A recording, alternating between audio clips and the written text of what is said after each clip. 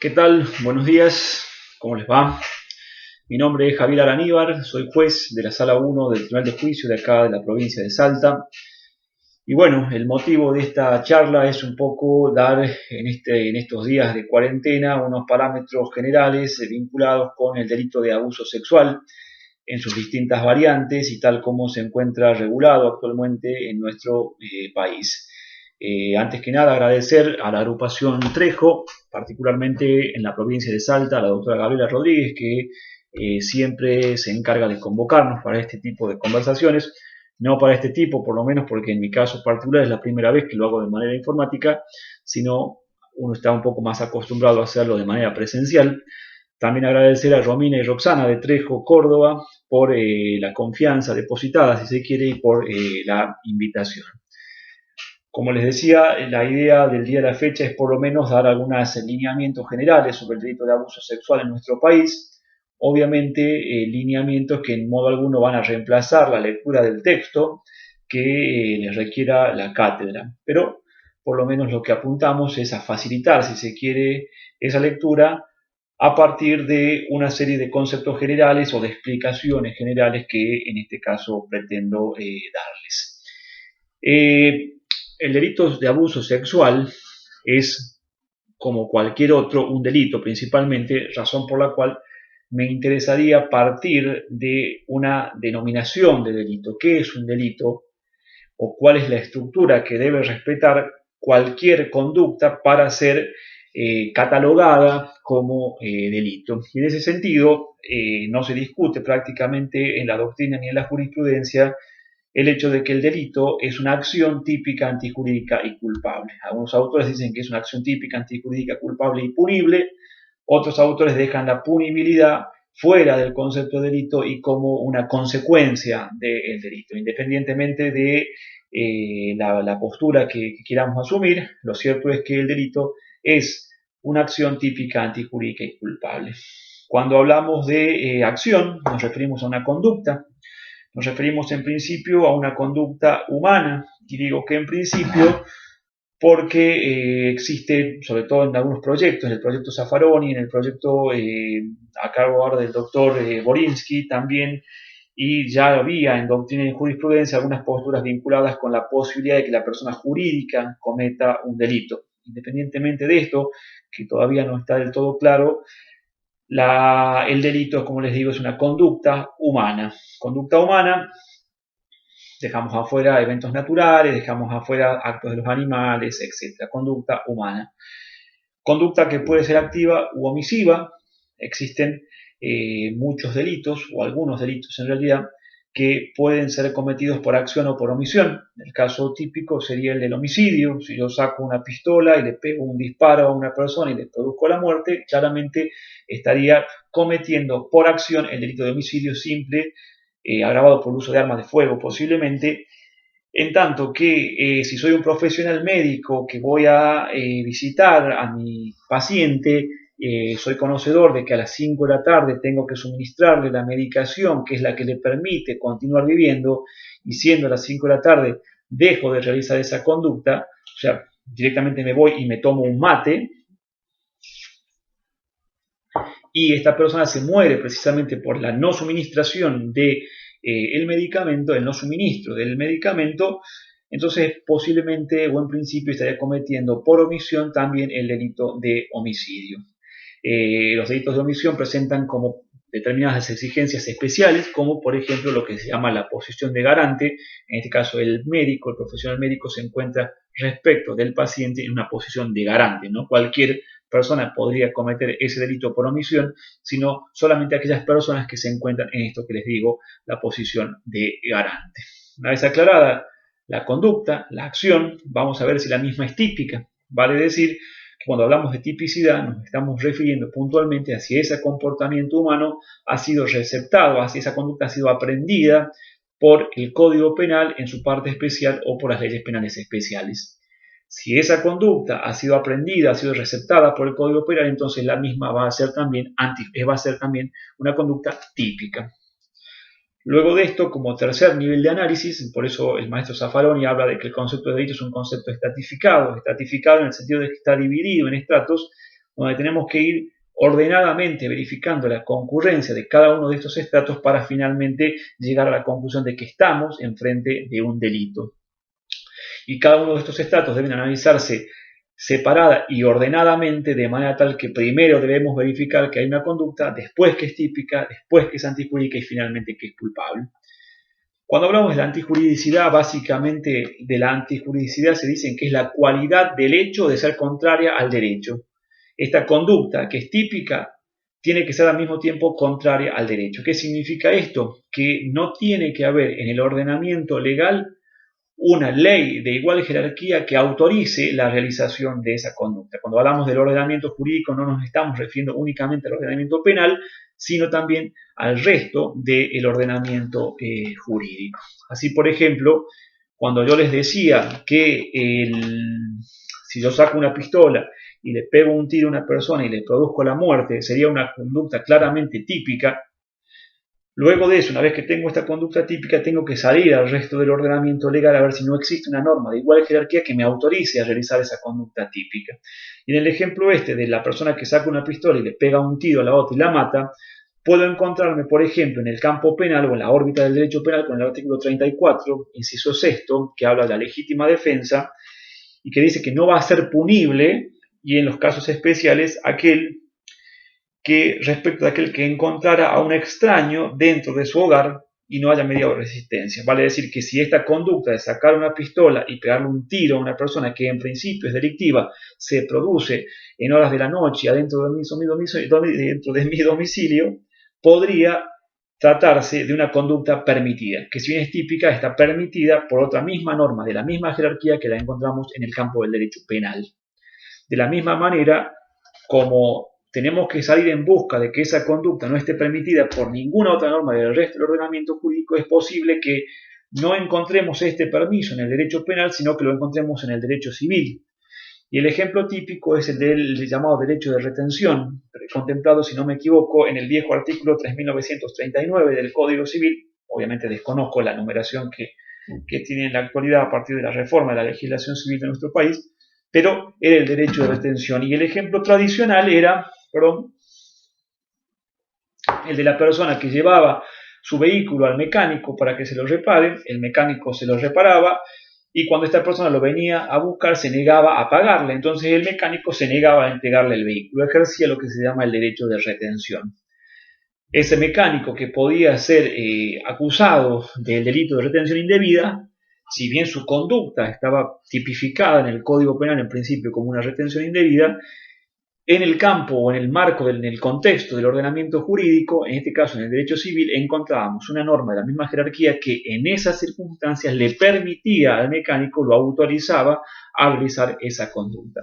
Entonces, cuando hablamos de una conducta antijurídica, nos referimos a una conducta que, estando tipificada en el Código Penal, no encuentra en el resto del ordenamiento jurídico una norma que autorice en determinadas circunstancias a realizarla.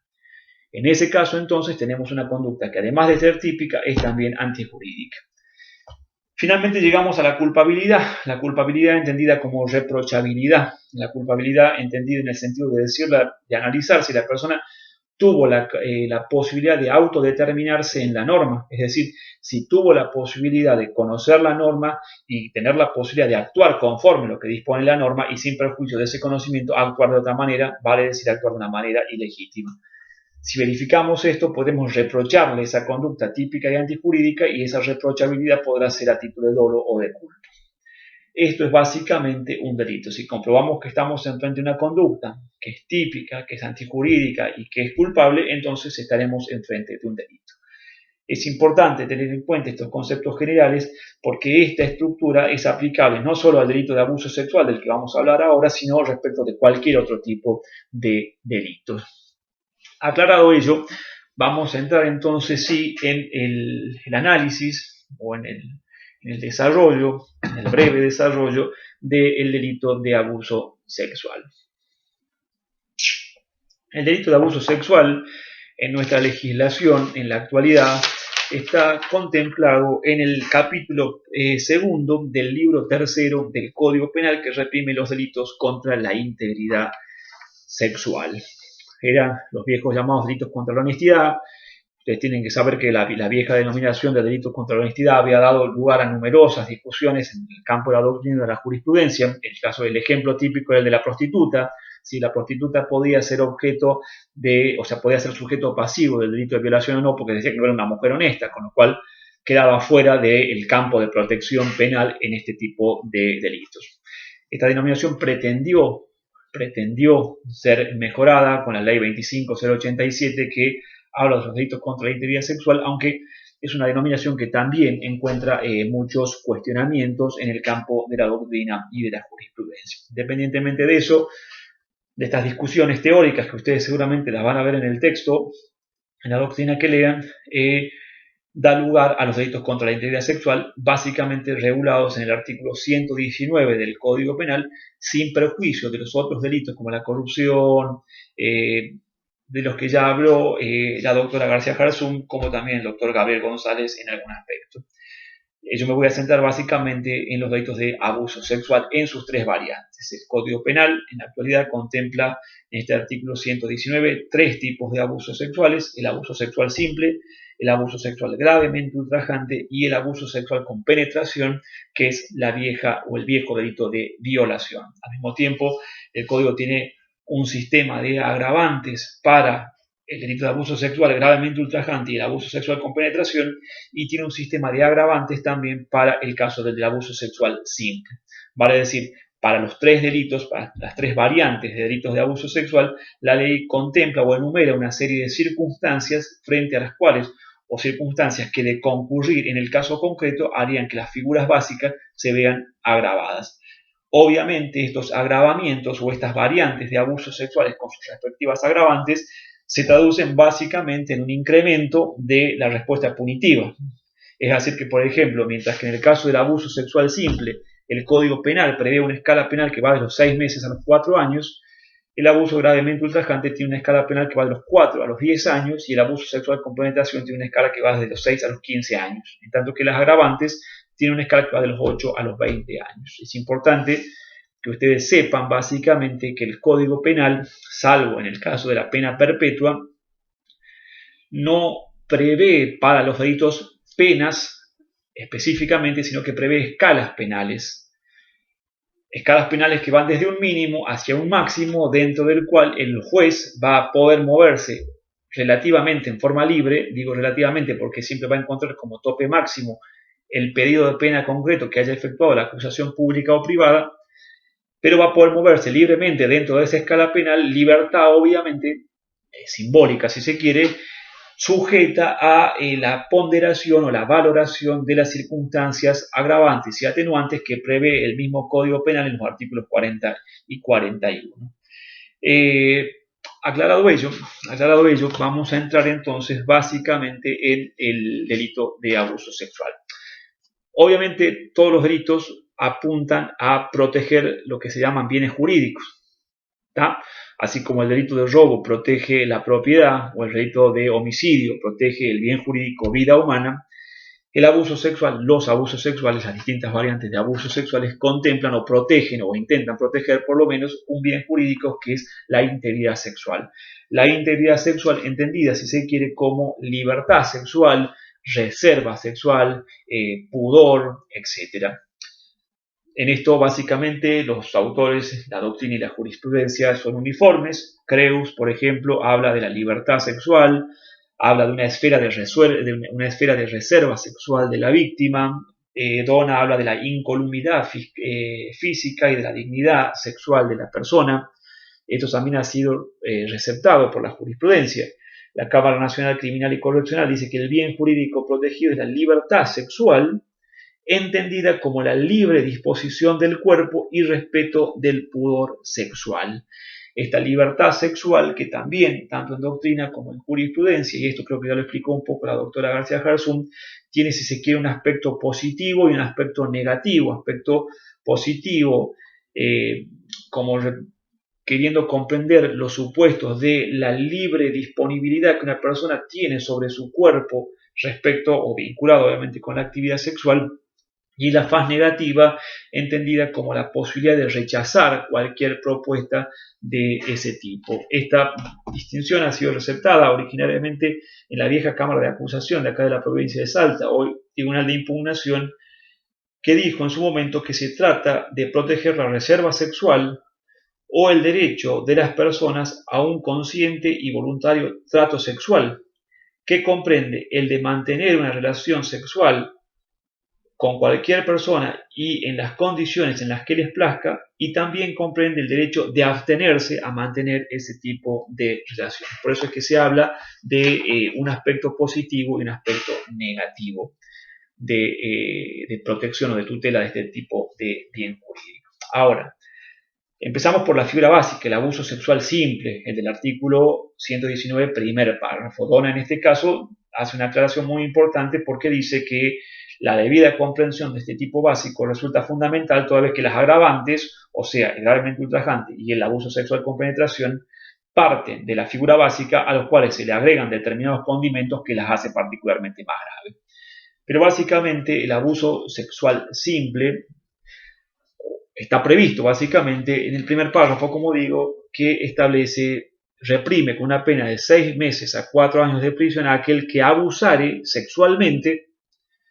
En la vieja redacción decía de una persona de cualquier sexo, en la actualidad no lo distingue, pero está claro que es abuso sexual de cualquier persona de cualquier sexo, cuando esta persona fuera menor de 13 años o cuando mediara violencia, amenaza, abuso coactivo o intimidatorio de una relación de dependencia, de autoridad o de poder, o aprovechando que la víctima por cualquier causa no haya podido consentir libremente el acto. Con lo cual, el abuso sexual simple hay que tener en cuenta que básicamente se traduce en actos de tocamientos impúdicos. Actos de tocamientos en zonas erógenas, actos de tocamiento de contenido netamente sexual. Por eso en el campo de la doctrina y de la jurisprudencia en su momento se discutía si el hecho de tocarle la pierna a una persona, a una mujer, particularmente representaba un abuso sexual simple o no lo representaba. Esto fue también recetado en la jurisprudencia de la Cámara Nacional, que dijo que el acto de tomar de la cintura y besar en la mejilla a una persona no corresponde a ningún acto impúdico o de apetencia sexual, sino que el contacto físico, para ser típico, debe tener significado sexual. Y en este sentido, el maestro Arocena, Gustavo Arocena, nuestro amigo también de acá de Trejo, dijo en este mismo precedente, o sea, se lo citó en este mismo precedente, y él entendía que son necesarios tocamientos corporales libidinosos, de un carácter inequívocamente sexual, dirigidos en general a los genitales o partes del cuerpo asociados a la actividad sexual o a partes pudendas. Por lo tanto, la conducta desplegada por el imputado no excede de lo que pudo ser un abuso de confianza sin connotaciones sexuales al tratarse de molestias causadas a la denunciante consistentes en manifestaciones afectivas no deseadas ni autorizadas por ella. Vale decir que el abuso sexual simple, traducir un acto de tocamiento, tiene que ser practicado o tiene que tener un contenido netamente sexual. Es por eso que, al margen de quedar afuera de la tipicidad penal, este tipo de actos de tocamientos inocuos, le llamemos, o sin ningún tipo de contenido sexual, también quedan fuera del abuso sexual o de la figura del abuso sexual las meras palabras, meras manifestaciones con términos soeces o con términos de contenido sexual de un hombre hacia una mujer, también quedan al margen de la figura del abuso sexual simple, sin prejuicio de poder dar lugar a otro tipo de figuras penales. Existe una discusión también con respecto a estos actos de tocamiento cuando los mismos son practicados por la víctima en su propio cuerpo. Vale decir, cuando el sujeto activo fuerza o obliga a la víctima a que realice actos de tocamiento en su propio cuerpo. Soler dice que esto, por ejemplo, está al margen de la tipicidad penal, dice que puede dar lugar a otro tipo de comportamientos, pero el hecho de que un sujeto obligue a otra persona a que esta otra persona realice en su propia persona actos de tocamiento no sería un abuso sexual simple.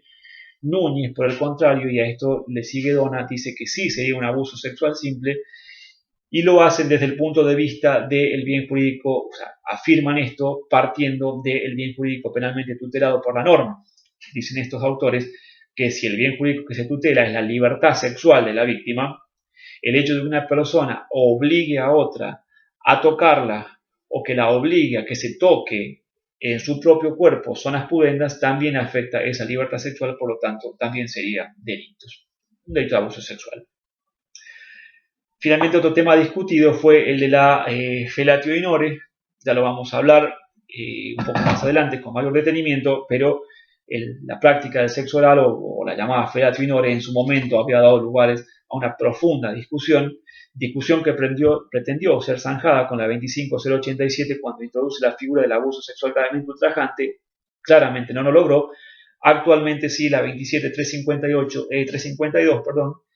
deja claro que la felatio in ore representa un abuso sexual con penetración. Ya lo vamos a charlar más adelante, pero en su momento, cuando había nada más las figuras del abuso deshonesto y la violación, la doctrina estaba sumamente dividida, al igual que la jurisprudencia, respecto de que si la práctica de la felatio in ore era un abuso sexual simple o un abuso deshonesto en su momento, o si era una violación. Núñez, por ejemplo, era un férreo defensor de que la felatio in ore no podía ser una violación, no podía ser un acceso carnal con penetración, porque este representaba la práctica del coito, la penetración del miembro viril masculino en la cavidad vaginal o anal de la víctima, no así la cavidad bucal.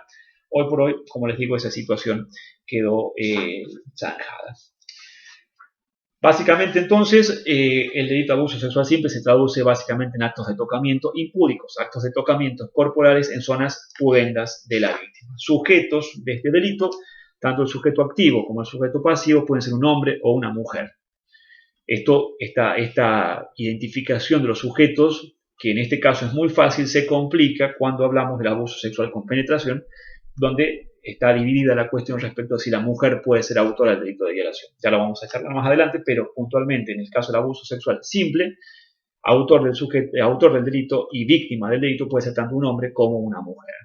Ahora, ¿cuáles son las modalidades de abuso sexual simple? Y esto es importante porque se traslada al gravemente ultrajante y se traslada al abuso sexual con penetración. El código lo ha regulado de dos maneras.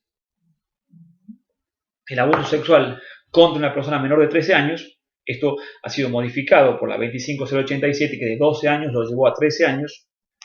El abuso sexual contra menores de 13 años o el abuso sexual contra mayores de 13 años, pero mediando violencia, amenaza o un abuso coactivo o intimidatorio. Con respecto al menor de 13 años, no hay ninguna discusión, ni en la doctrina, ni en la jurisprudencia. Acá se entiende que existe una presunción de iure en el sentido de que toda persona menor de 13 años no puede prestar un consentimiento válido.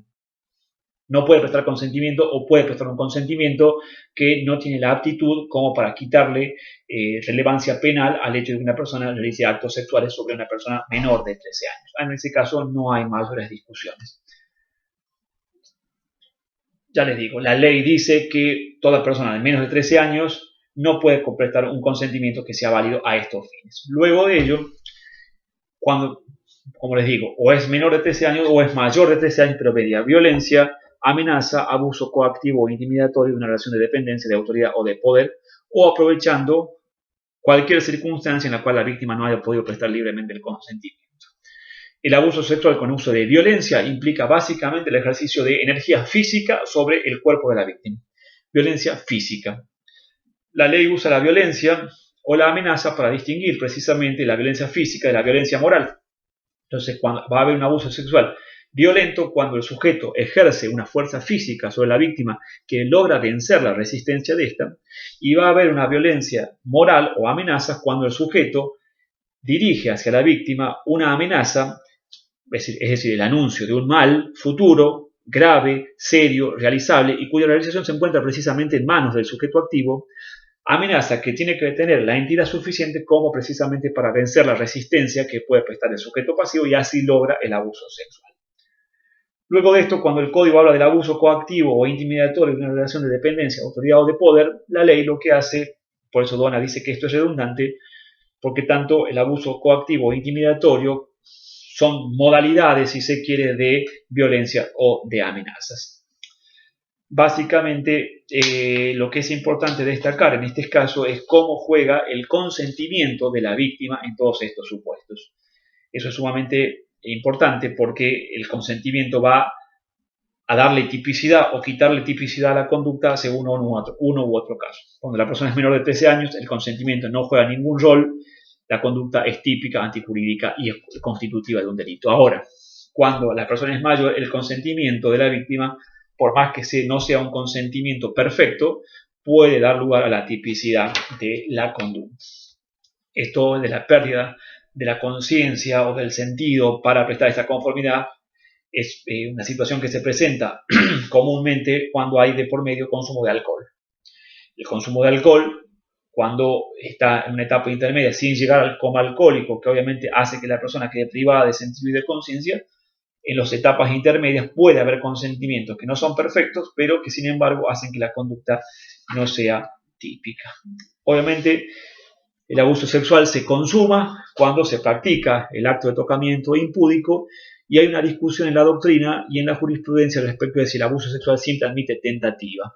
Soler dice que el abuso sexual simple no puede quedar en grado de tentativa porque siendo un acto de tocamiento, antes del tocamiento no hay nada, después del primer tocamiento ya tenemos un abuso sexual consumado. Núñez, por el contrario, y esta un poco me parece que es la posición de Dona también en la actualidad, dice que es posible el abuso sexual simple en grado de tentativa, ejemplificándolo con el supuesto en el cual el sujeto intenta realizar actos de tocamiento en la víctima se resiste y sin perjuicio de que el ataque está orientado al acto de tocamiento sexual, no puede consumarse por una circunstancia ajena a su voluntad, que es precisamente la resistencia prestada por la víctima. Fuera de esto, en cuanto desde el punto de vista del reproche penal, ya dijimos que tiene una escala penal que va desde los 6 meses a los 4 años, y es importante tener en cuenta que es un delito de acción pública dependiente de instancia privada, en función de lo que dispone el artículo 72, con lo cual no puede investigarse en principio el mismo si no media una denuncia por parte de la víctima, salvo que la víctima sea menor y no tenga padre, tutor ni guardador, o exista con respecto a esto un interés contrapuesto, básicamente, en cuyo caso el Ministerio Público Fiscal puede actuar de oficio. Básicamente, o en términos generales, esa es la figura del abuso sexual simple. Pasamos ahora entonces, y el tiempo nos está corriendo severamente, al abuso sexual gravemente ultrajante. ¿Qué pasó? El abuso sexual gravemente ultrajante fue incorporado a la legislación de nuestro país por la 25087. Como les dije, pretendió solucionar básicamente el problema de la felatio in ore, el problema de si la felatio in ore era abuso sexual simple o era abuso sexual con penetración. No logró solucionarlo porque el abuso sexual gravemente ultrajante tiene una redacción sumamente defectuosa que hace que en la doctrina y en la jurisprudencia se cuestione severamente la adecuación constitucional de esta figura. Se habla de la inconstitucionalidad precisamente por afectar el principio de legalidad, entendido en este caso como una indefinición respecto de lo que es la conducta típica o la conducta que se le está reprochando al sujeto. El abuso sexual gravemente ultrajante contempla una pena de 4 a 10 años de reclusión o prisión cuando el abuso, por su duración o por las circunstancias de su realización, hubiera configurado un sometimiento sexual gravemente ultrajante para la víctima. Básicamente la conducta es exactamente igual a la del abuso sexual simple, o sea, actos de tocamiento sin llegar a la penetración, pero que por su duración o por las circunstancias en que se realizó, le produce una afectación a la víctima que es gravemente ultrajante. En este caso lo que hay que partir de la incuestionable aclaración de que todo abuso sexual produce una afectación física y psicológica en la víctima. Por más leve que sea el acto sexual, produce una afectación física y psicológica de la víctima. Ahora, lo que pretende esta figura es cubrir aquellos supuestos en los que existe un plus, un poco más, digamos, de afectación o de sometimiento gravemente ultrajante. O sea, cuando el mero acto de tocamiento en los senos o en las nalgas de una mujer no puede ser comparado, desde el punto de vista del reproche penal, con la introducción de cosas en la vagina, como era en su momento, ahora ya no, o pasarle el pene por la cara a la mujer, o hacerlo en público o hacerlo en privado, son conductas que si bien son objetivamente iguales, producen, sin embargo, una afectación especial. Como les digo entonces, la conducta típica es la misma, actos de tocamiento impúdicos, pero actos de tocamiento impúdicos que por su duración o por las circunstancias en que se realizaron, producen en la víctima un sometimiento sexual gravemente ultrajante.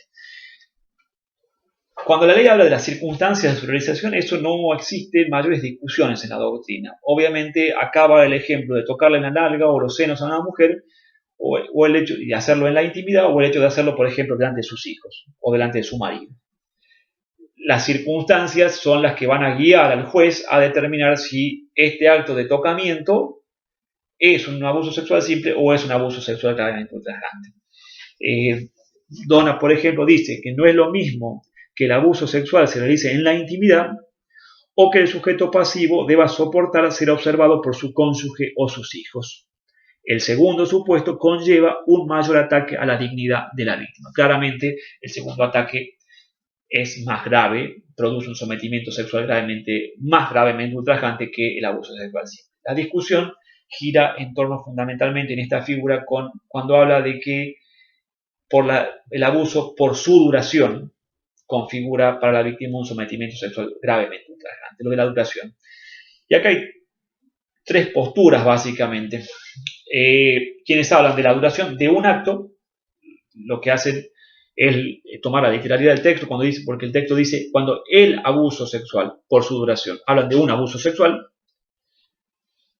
o cuando este abuso sexual se prolonga en el tiempo.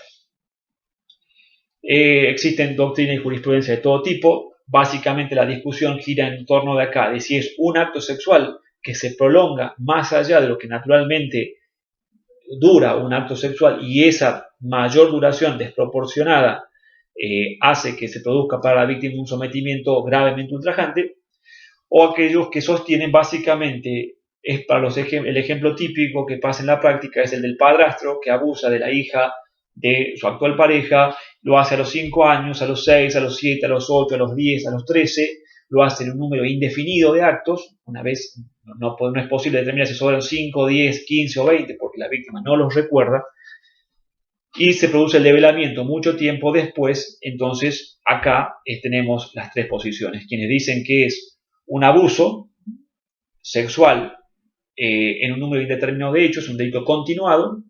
Hay quienes hablan de un concurso real de delitos y hay quienes hablan de un abuso sexual gravemente ultrajante por su duración. ¿Tá? Si la víctima fue abusada de los 5 a los 12 años y recuerdo sí que fue a los 5 veces la primera porque estaba en el baño y la segunda vez me acuerdo cuando fuimos a la casa de mi abuela, la tercera y recuerda, si bien no todos los hechos, pero sí recuerda claramente por lo menos 3 o 4, hay quienes dicen que es un concurso real de 4 delitos, hay quienes dicen que es un abuso sexual único, continuado, y hay quienes dicen que es un abuso sexual gravemente ultrajante, agravado, o sea, gravemente ultrajante por la duración.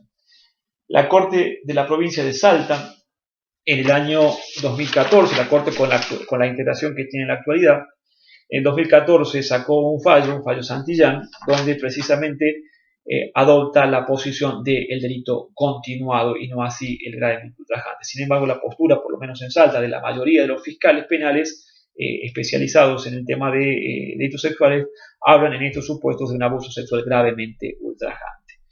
Básicamente lo que tenemos en este caso es una unidad delictiva representada o construida a partir de varios actos que objetivamente e individualmente ya de por sí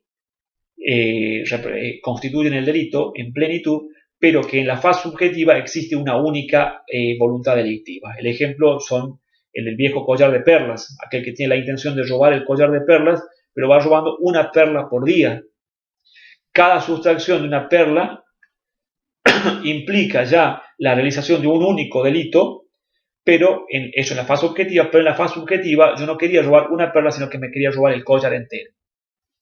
El ejemplo de la cajera del supermercado, que quiere robarse 100.000 pesos y va robando 1.000 pesos por día. Cada robo de 1.000 pesos representa objetivamente un único delito, pero en la fase subjetiva la cajera no quería robar 1.000 pesos, sino que quería robar 100.000 pesos y la modalidad de sustracción fue hacerlo de manera seccionada. Esto pasa también con el abuso sexual cuando se producen estas reiteraciones en el tiempo, indefinidas en el tiempo, que como les digo, algunos hablan de un abuso sexual gravemente ultrajante, otros hablan de un abuso sexual simple en concurso real y otros hablan de un único delito de abuso sexual continuidad que no va a quedar desamparada si se quiere, porque obviamente va a repercutir o va a implicar una mayor afectación del bien jurídico penalmente tutelado por la norma y por lo tanto va a repercutir, si se quiere, en el monto de la pena que finalmente se le aplique. Y básicamente entonces, como decimos, la gran discusión fue acá respecto de la felatio in ore, si era gravemente ultrajante. La figura de gravemente ultrajante vino precisamente a pretender a abarcar este supuesto. Fue sumamente discutido. Algunos decían que sí, otros decían que no, otros decían que era inconstitucional. Lo cierto es que en la actualidad, con la redacción de la 27352, la situación vino a ser solucionada. Obviamente, el abuso sexual gravemente ultrajante tiene como sujetos activos y pasivos que pueden ser un hombre o una mujer. Se consume obviamente de la misma manera, o sea, cuando se realiza el acto de tocamiento, la discusión respecto a la tentativa es igual que la que explicamos recién y obviamente tiene una escala penal que es superior.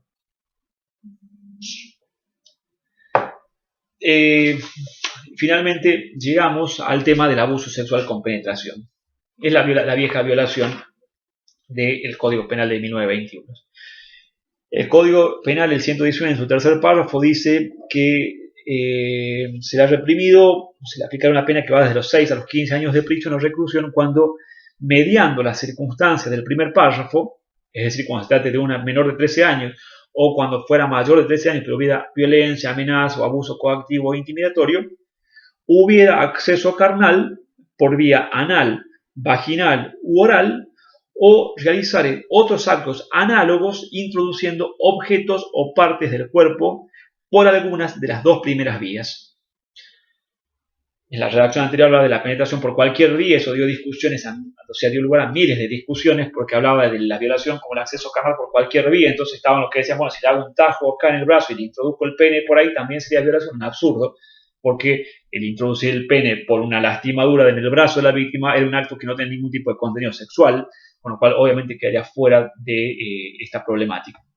Esto fue en algún punto solucionado porque hoy hablamos de la violación o el abuso sexual con penetración como el acceso carnal por vía anal, vaginal o bucal, oral, o cualquier acto análogo introduciendo objetos o partes del cuerpo, dedos, pene, etc., por alguna de las dos primeras vías, es decir, por vía anal o por vía vaginal. En este caso, con respecto puntualmente a este caso, la conducta típica es el acceso carnal, el que accediera carnalmente. El verbo típico es el acceder carnalmente. Cuando hablamos del acceso, hablamos de la introducción en estas cavidades. Obviamente, toda la doctrina y la jurisprudencia coincide en que no hace falta ni una penetración completa, ni mucho menos la eyaculación del sujeto activo, básicamente. O sea, que la penetración, por imperfecta que sea, por parcial que sea, y aun cuando no se haya producido la eyaculación del sujeto, igual configura acceso carnal en los términos de este artículo 119. Con este tercer párrafo queda solucionado el tema de la felatio in ore.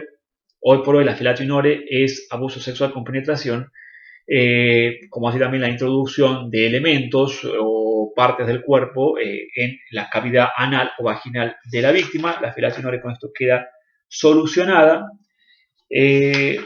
Hay una discusión respecto de los sujetos en el tema del abuso sexual con penetración. ¿Por qué? Porque están quienes sostienen que sujeto activo del delito de abuso sexual con penetración nada más puede ser un hombre, precisamente porque tiene el aparato sexual y es el único que puede acceder carnalmente a otra persona. Hay quienes dicen que la mujer también puede ser sujeto activo de este tipo de delito. Soler se opone a esto, dice que nada más puede ser sujeto activo el hombre. Núñez decía que en algunos supuestos de malformación podía ser la mujer sujeto activo, es decir, cuando tenía el clítoris hipertrofiado, decía que la mujer podía penetrarle, y como hablamos de una penetración que no necesariamente tiene que ser perfecta, podía ser autora del delito de abuso sexual con penetración. En la actualidad, Bonpadre también dice que la mujer puede ser autora cuando se hace acceder, o dice, se toma cuando la nueva normativa dice hubiera un acceso carnal, en contraposición a lo que decía el código en su anterior redacción, que decía que tuviera acceso carnal. Cuando el código habla hoy de hubiera un acceso carnal, dice que se refiere que en un contexto sexual hubiera un acceso, con lo cual esto daría pie a que la mujer también pueda ser sujeto activa del delito de violación. Obviamente el sujeto pasivo puede ser cualquier persona, hombre o mujer. Soler dice que se tiene que tratar de una persona, Núñez dice que tiene que tratar de una persona viva, con lo cual deja fuera la necrofilia, la práctica de sexo con animales, etc. El sujeto pasivo tiene que ser cualquier persona de uno u otro sexo. Existía prácticamente, esto ya es de manual, una discusión respecto de si en el matrimonio, en el concubinato o la prostituta podían ser sujetos pasivos del delito de abuso sexual. En el caso del matrimonio, a partir de la ley de matrimonio civil que contemplaba, si bien no lo regulaba expresamente, pero sí implícitamente, lo que es el débito conjugal. Se decía entonces, algunos autores decían que como el marido tiene derecho al débito conjugal, si la mujer se lo niega y él lo ejerce en forma coactiva, la mujer no sería víctima, o sea, la conducta sería atípica. Eso es un absoluto absurdo, básicamente. Obviamente, la mujer puede, si se niega, y básicamente teniendo en cuenta que el bien jurídico penalmente tutelado es la libertad sexual, si la práctica sexual del marido hacia la mujer se practica de manera violenta contra la voluntad de la mujer, estaríamos claramente ante un abuso sexual con penetración. La misma circunstancia o las mismas consideraciones van para el concubinato y las mismas consideraciones van para la prostituta. Por más que la prostituta disponga libremente de su cuerpo, por más que haya recibido inclusive el pago, si la relación es violenta y no es consentida, también podría ser víctima del delito de abuso sexual con penetración. Las modalidades son iguales porque el código dice precisamente cuando concurren los supuestos del primer párrafo, con lo cual la violación puede ser contra un menor de 13 años o contra un mayor de 13 años con violencia, amenaza o abuso coactivo o intimidatorio. Como les digo, la conducta típica es acceder carnalmente.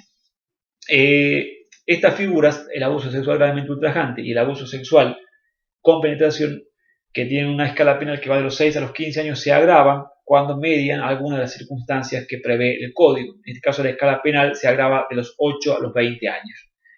Las circunstancias que prevé la ley son cuando resulte un grave daño en la salud física y mental de la víctima.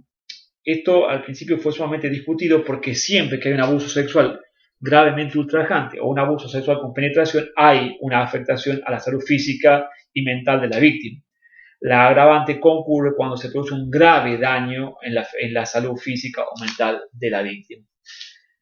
En este caso hay una jurisprudencia que me parece sumamente interesante, que dice que la incorporación por la ley 25087 como agravante del daño a la salud mental de la víctima debe ser entendido como un plus mayor al normal daño que se ocasiona habitualmente al sujeto pasivo en este tipo de delitos. Téngase en cuenta que el resultado inmediato de todo abuso sexual es un daño en la salud mental y psíquica de la víctima. De allí que en este caso debe haber un grave daño a la salud mental de la víctima al trauma inmediato que se traduce en problemas graves de la conducta. Vale decir que partiendo de la afirmación de que todo abuso sexual implica esto, una grave afectación a la salud física y psicológica de la víctima, la agravante funciona cuando ese daño es particularmente grave, digámosle así. También actúa como agravante el hecho de que el abuso fuera cometido por ascendientes, descendientes, afines en línea recta, hermano, tutor, curador, ministro de algún culto, reconocido o no, o encargado de la educación o de la guarda. Con esto quedan cubiertos, obviamente, los abusos sexuales por familiares y los abusos sexuales por aquellas personas que, por alguna circunstancia, están o quedan momentáneamente a cargo de la víctima, fundamentalmente cuando la víctima es menor. El catequesis, la escuela, los profesores de educación física, el de la escuelita de fútbol, etc. Porque la doctrina, cuando habla de la guarda o de la curatela, cuando el código habla de guardador o curador, en jurisprudencia prácticamente es unánime en el sentido de que procede el agravante aun cuando esta guarda sea transitoria.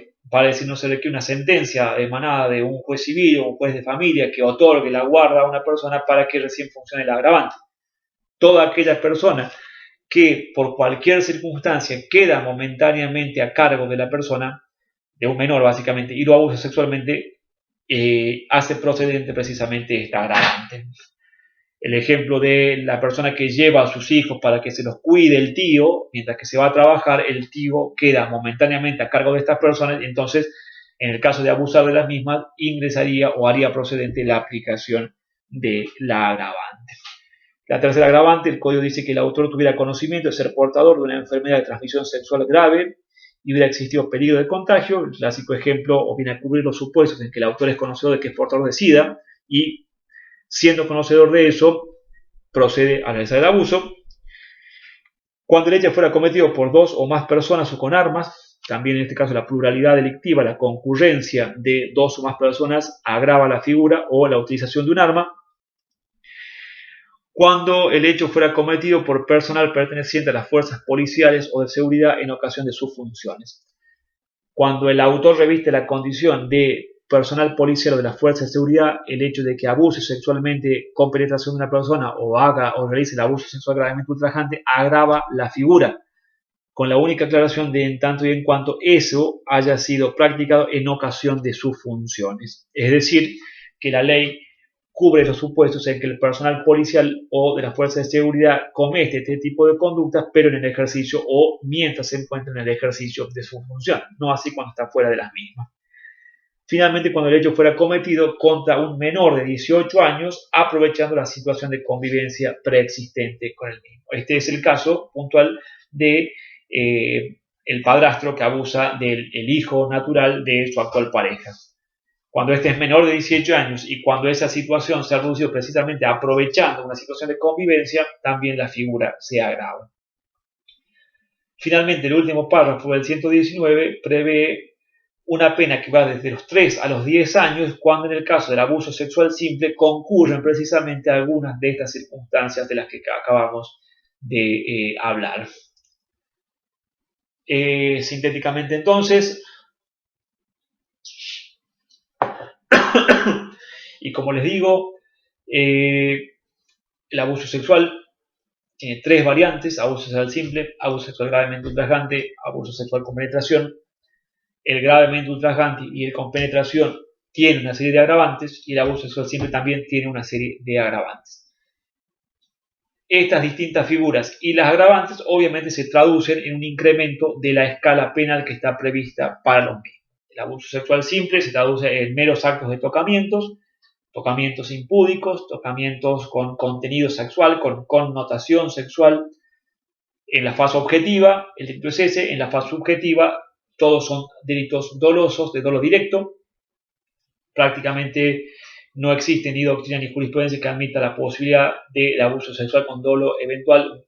Imposible concebirlo de manera culposa.